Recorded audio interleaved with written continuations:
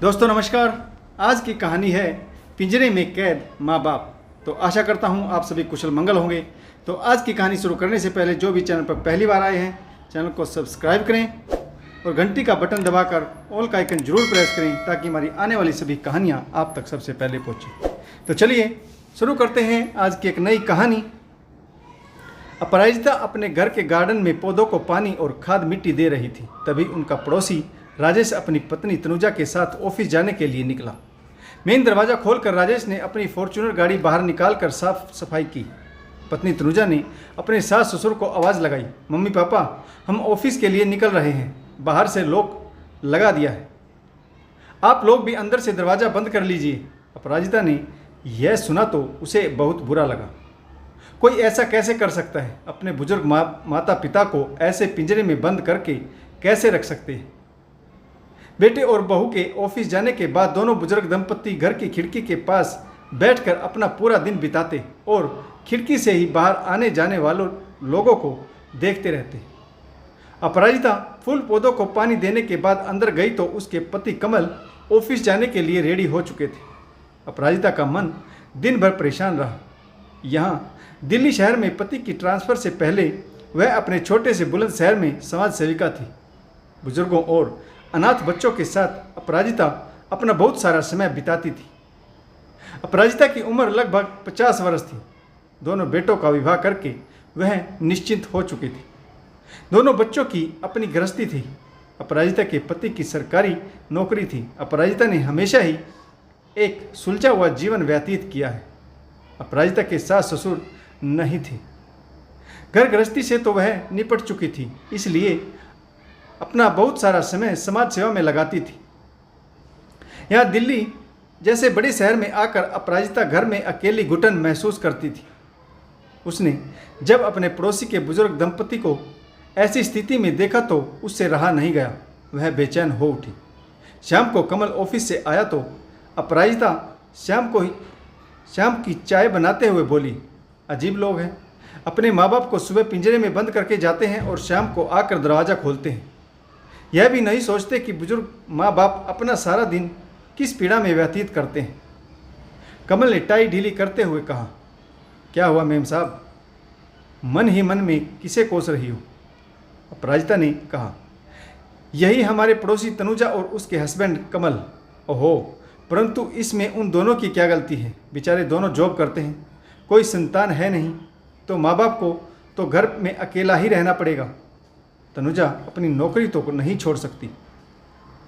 अपराजिता बोली, तो मैं कौन सा नौकरी छोड़कर घर में बैठने को कह रही हूँ?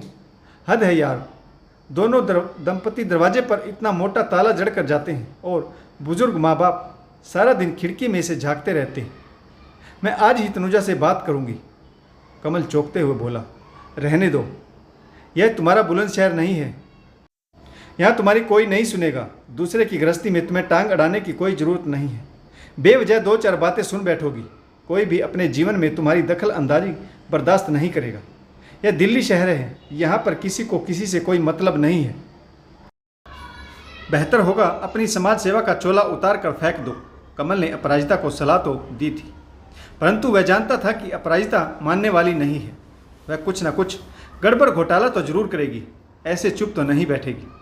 अपराजिता का अपनी पड़ोसन तनुजा से अभी तक कोई वास्ता नहीं पड़ा था, सिर्फ दूर से एक दूसरे का चेहरा ही देखा था। 2-3 दिन बीते, अपराजिता का मन उसे जबरदस्ती गार्डन में खींच लाता। ठीक उसी समय जब तनुजा और उसका पति ऑफिस जाते, वह हर रोज़ उन्हें दरवाजे पर ताला लगाते हुए देखती और बुजुर्ग दंपति को खिड़की से झांकते हुए। कमल ने उसे सख्त हिदायत दी थी कि किसी की गृहस्थी में बेवजह की दखल अंदाजी ना करे, उन्हें बुरा भी लग सकता है। यहाँ पर किसी का कोई भरोसा नहीं, जरा सी बात पर मानहानि का दावा कर देते हैं। अपराजिता कई दिनों से बेचैन थी। आज जब कमल ऑफिस से वापस आया तो उसने कहा, मुझसे तो उन बुजुर्ग दंपति की परेशानी नहीं देखी जाती, आत्मा धिक्कारती है मेरी, मैं चुप नहीं बैठ सकती। कमल ने कहा, मैं समझ सकता हूँ, तुमसे किसी भी प्राणी या पशु पक्षी का दुख नहीं देखा जाता, परंतु हम कुछ नहीं कर सकते। यह उनके घर का मामला है। वह अपने माँ बाप के साथ जैसे व्यवहार करें। राजेश के माता पिता गांव में जाकर भी नहीं रह सकते, क्योंकि राजेश ने अभी कुछ दिन पहले ही उसकी गांव वाली प्रॉपर्टी बेचकर शहर में एक प्लाट खरीदा है। अपराजिता चौंकते हुए बोली, अच्छा, यह तो वही बात हुई। माँ बाप की संपत्ति तो हड़प ली, परंतु माँ बाप जैसे चाहे परेशानी में रहे उनके प्रति आंखें बंद कर ली। राजेश को जरा भी शर्म नहीं आती? कमल ने कहा, अपराजिता, तुम व्यर्थ ही नकारात्मक शक्ति अपने घर में ला रही हो। हमें उनसे क्या मतलब? वह अपने माँ बाप की संपत्ति से जो चाहे करे और उनके साथ भी जैसा व्यवहार करे। हम कौन होते हैं उन्हें समझाने वाले? तुम इस टॉपिक को यहीं ख़त्म करो। चलो आज कहीं घूमने चलते हैं, डिनर भी बाहर से ही करके आएंगे। अपराजिता ने कमल की बात का स्वागत किया और वह तैयार होने लगी, चली गई। अगले दिन अपराजिता सुबह का काम निपटाकर ड्राइंग रूम में अपना पसंदीदा सीरियल देख रही थी। तभी उसके कानों में थाली को चम्मच से जोर जोर से पीटने की आवाज़ आई। उसने बाहर जाकर देखा तो पास वाले घर की खिड़की में बुजुर्ग महिला थाली पीट पीट कर सहायता मांग रही थी। अपराजिता खिड़की के पास गई तो महिला ने बताया कि उसके पति इनहेलर यूज़ करते हैं। उनका इनहेलर फर्श पर गिरकर टूट गया और अब वह काम नहीं कर रहा। बुजुर्ग व्यक्ति को परेशानी हो रही। बाहर दरवाजे पर ताला लगा है, वह बाहर नहीं निकल सकते। बुजुर्ग महिला ने बताया कि उनके पति को दमे की शिकायत है। अगर उन्हें इनहेलर नहीं मिला तो वे दम तोड़ देंगे। अपराजिता ने उन्हें आश्वासन दिया कि वह जल्दी से पास के मेडिकल स्टोर से जाकर इनहेलर ला देगी। अपराजिता अपनी स्कूटी से पास के मेडिकल स्टोर से इनहेलर लेकर आई और बुजुर्ग महिला को खिड़की में से इनहेलर पकड़ा दिया। बुजुर्ग व्यक्ति ने इनहेलर से सांस ली तो उनकी जान में जान आई। बुजुर्ग महिला ने अपराजिता का धन्यवाद किया। अपराजिता वहीं खिड़की के पास खड़ी अंदर का नज़ारा देख रही थी। अपराजिता ने बुजुर्ग महिला से कहा, आपके बहू बेटे बाहर दरवाजे पर ताला लगा कर जाते हैं। उन्हें आप दोनों के लिए घर में एक मोबाइल फ़ोन रख देना चाहिए, ताकि यदि कोई इमरजेंसी हो तो आप लोग उन्हें बता सकें। बुजुर्ग महिला की आंखें नम हो गई। उन्होंने अपराजिता को ढेर सारा आशीर्वाद दिया और कहा, बेटी, यह दमे की बीमारी इन्हें गांव में नहीं थी, यह भी इस दिल्ली शहर की देन है। हम ठहरे गांव के सीधे साधे अनपढ़ लोग, हमें मोबाइल चलाना नहीं आता। थोड़ी सी ज़िंदगी बची है, यह भी कट जाएगी। इसके बाद अपराजिता अपने घर आ गई। उसने एक कड़क चाय बनाकर पी। बुजुर्ग दंपत्ति के बारे में सोच सोच कर उसका सिर फटा जा रहा था। अपराजिता ने मन में ठान लिया, कमल जी चाहे जो भी कुछ भी कहें, मैं आज तनुजा से बात करके ही रहूँगी। अगर आज मैं समय पर नहीं पहुँचती तो तनुजा के ससुर जिंदगी की जंग हार जाते। शाम को कमल ऑफिस से लौटे तो अपराजिता ने कमल को दिन वाली सारी घटना बताई और अपराजिता तनुजा से बात करने उसके घर चली गई। कमल ने भी उसे नहीं रोका। अपराजिता ने तनुजा के घर की डोर बेल बजाई तो दरवाज़ा तनुजा ने ही खोला। इससे पहले अपराजिता और तनुजा की कभी कोई बातचीत नहीं हुई थी, सिर्फ दूर से ही एक दूसरे को देखा था।